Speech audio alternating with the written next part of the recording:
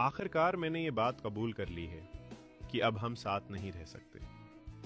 शायद हम कभी वाकई एक दूसरे को समझ ही नहीं पाए।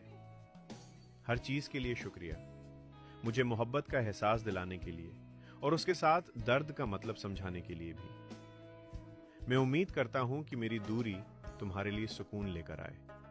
मैं उम्मीद करता हूं कि तुम्हें वो आजादी मिल जाए जिसकी तुम तलाश में हो। इसलिए अब मैं एक कदम पीछे हट रहा हूं। हमारे मुस्तकबिल के सारे ख्वाब अधूरे रह गए, लेकिन मैंने कोशिश की थी, सच में दिल से कोशिश की थी। मेरी कहानी का यह बाब यहीं खत्म होता है, मगर फिर भी मैं तुम्हारे लिए सिर्फ खुशियों की दुआ करता हूं।